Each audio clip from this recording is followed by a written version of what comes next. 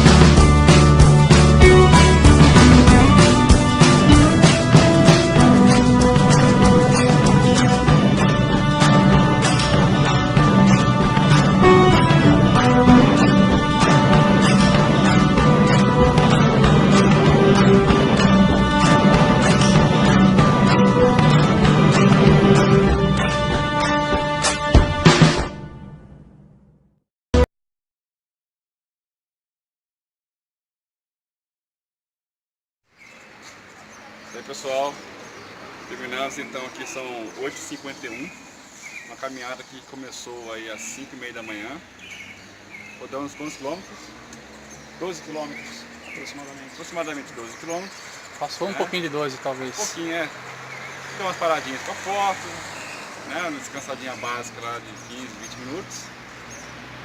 Então, agradeço aí ao pessoal, a companhia elegante aqui dos meus companheiros, né? E vamos aí mais companheiros nas próximas e que venham mais aventuras, que venham mais desafios, né? Isso aí, cara. Hiking é saúde. Valeu. Valeu, pessoal.